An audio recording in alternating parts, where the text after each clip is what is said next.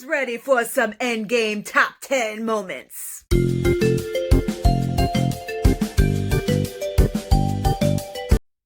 Hey everyone, welcome back to the channel. In today's video, I'm going to be ranking my top 10 favorite moments from Avengers Endgame. And don't forget about our live chat, Susan's Movie Club, this Sunday at 7 p.m. Eastern Time. We're going to be talking all about Avengers Endgame on its 1-year anniversary release date. Don't miss it. Show up.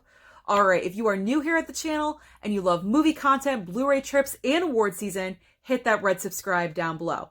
Now, technically, my top 10 is really an 11. I have an honorable mention, so let's talk about that really quick. My number 11 is the end credits. When that starts rolling and you realize how many star-studded people were a part of the MCU for 10 years, it kind of boggles your mind. It's absolutely incredible, and the music behind it just makes it that much more emotional. And then it gets to the top 6 Avengers. They're the ones that started this franchise, and the music and their signatures and their various scenes from previous movies in the background. It's absolutely amazing. And it seems like to me that's the ultimate thank you to the fans for sticking with the MCU for so long. Now let's get into the top 10. My top 10, number 10, is when Captain America says, "Let's go get this son of a bitch." It's short, sweet, and to the point, but it's in my list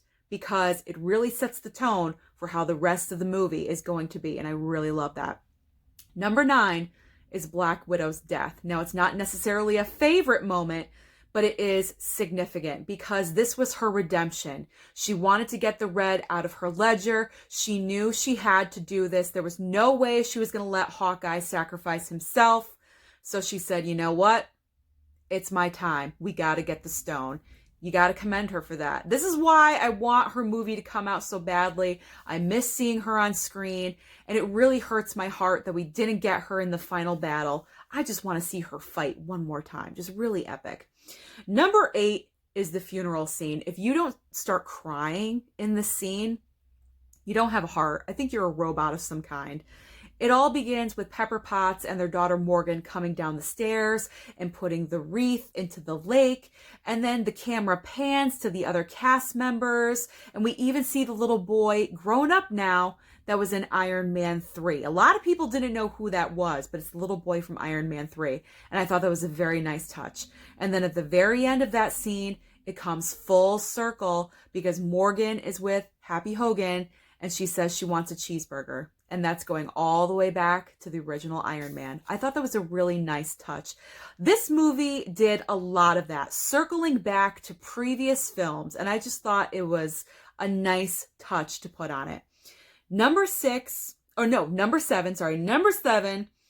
is Tony's family moments. So they obviously knew what they were going to be doing with the character of Iron Man, Tony Stark. They knew what his fate was going to be. And I think they put in a lot of these family moments to make it that much more emotional. The moments with Pepper Potts, the moments with his daughter. We never thought this was the way Tony Stark was going to go, considering his first films, Iron Man, he was the ultimate bachelor and playboy. And now he's a family man. So I just really enjoyed those small, little itty bitty moments. Number 6 was the reunion with Iron Man and Spider-Man during the final battle when Iron Man was going to get killed, but then Spider-Man saved him, then ran up to him and started speaking really, really, really fast. And Tony's just looking at him like, what's going on? And then he just hugged him. I loved that moment because it shows their bond like a father and a son, a mentor, mentoree. It gave me all the feels. Really loved it. Number 5, we're in the top 5. Number 5 is when Captain Marvel entered the final battle. Captain Marvel was not in this movie for very long. She was in the beginning and then she left. And I was kind of wondering the first time I watched it, where is she? When is she going to show up again? And then in the final battle scene, when she comes down from the sky and shoots down Thanos' ship and it just crumbles and she floats back up into the sky, And that music, it gets me. Chills go down my body, because I think that's what they did on purpose. They wanted her to have an epic entrance, kind of like how Thor came in Infinity War. They wanted the same thing for Captain Marvel, so I highly enjoyed that. I thought they did a really great job doing that.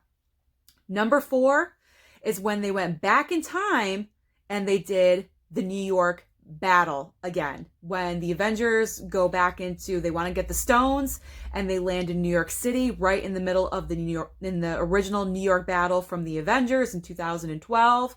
And the Avengers are all in that circle, and the music, it's all about the music going. But that, I just love that because it's so significant, because nothing like that had ever been done before. And like I said, this movie is about recalling the past movies, and I just thought to incorporate that was really epic. Number 3, surprisingly, is when Tony does the snap. Now, this was higher on my previous list that I did. I had it at number 1, but now I've calmed down about it, and it's at my number 3. I just thought it was the thing a year ago, and it is still the thing. But 2 more are a little bit more significant to me. But number 3, when Tony snaps, that is just very significant because it shows how much his character has evolved. Like I mentioned before, in the very first Iron Man, he was a bachelor, playboy, very selfish. And what a turnaround. In this movie, doing that snap is pretty much the most selfless thing that anybody could do. And that those last moments when he's dying and Pepper Potts is there, I love how she's calm, she's collected. She's not going to freak out because she doesn't want to upset Tony any further. She knew this was probably going to happen and she was prepared. And I just thought the way everything was handled was appropriate. It was quiet. It wasn't out of control. Number 2 is when Cap gets Mjolnir, is that how we say it? Mjolnir, Thor's hammer, and fights Thanos.